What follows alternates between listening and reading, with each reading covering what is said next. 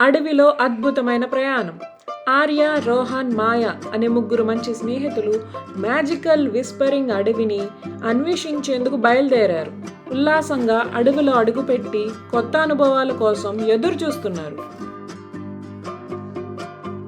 అలా ముందుకు వెళ్తుండగా ఒక రంగుల చిలుక చెట్టు మీద నుండి మాట్లాడుతుంది.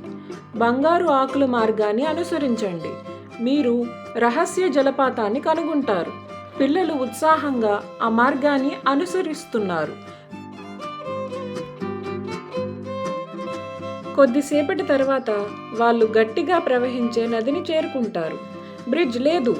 అప్పుడు ఒక స్నేహశీలి తాంబేలు కనిపించింది. నాపై ఎక్కిరండి, నేను మీ అందరినీ అటువైపుకు తీసుకువెళ్తాను అని సహాయం చేస్తుంది.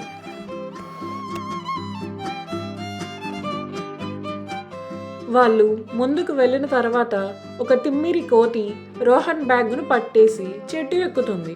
అది నా బ్యాగ్ అని రోహన్ అరిచాడు. కోతి నవ్వుతూ ఇంకా పైకి ఎక్కుతుంది. వెంటనే మాయ తన దగ్గర ఉన్న అరటిపండుని తీసి ఇది నీకు అని విసురుతుంది.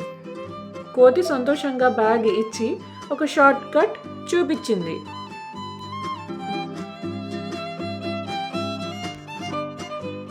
చివరికి పిల్లలు రహస్య జలపాతాన్ని చేరుకుంటారు. అది చాలా అద్భుతంగా ఉంటుంది. చుట్టూ రంగురంగుల సీతాకోక చిలుకలు సంతోషంగా ఎగురుతూ అందంగా కనిపిస్తాయి.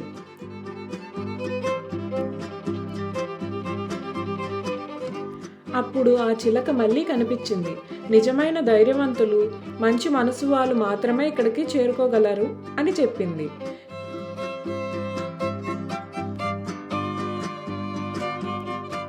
పిల్లలు ఆనందంతో నీటిలో చల్లగా ఆడుకుంటూ తమ బెస్ట్ అడ్వెంచర్ అనుకుంటారు. త్వరలో మళ్ళీ తిరిగి రావాలని నిర్ణయించుకుంటారు.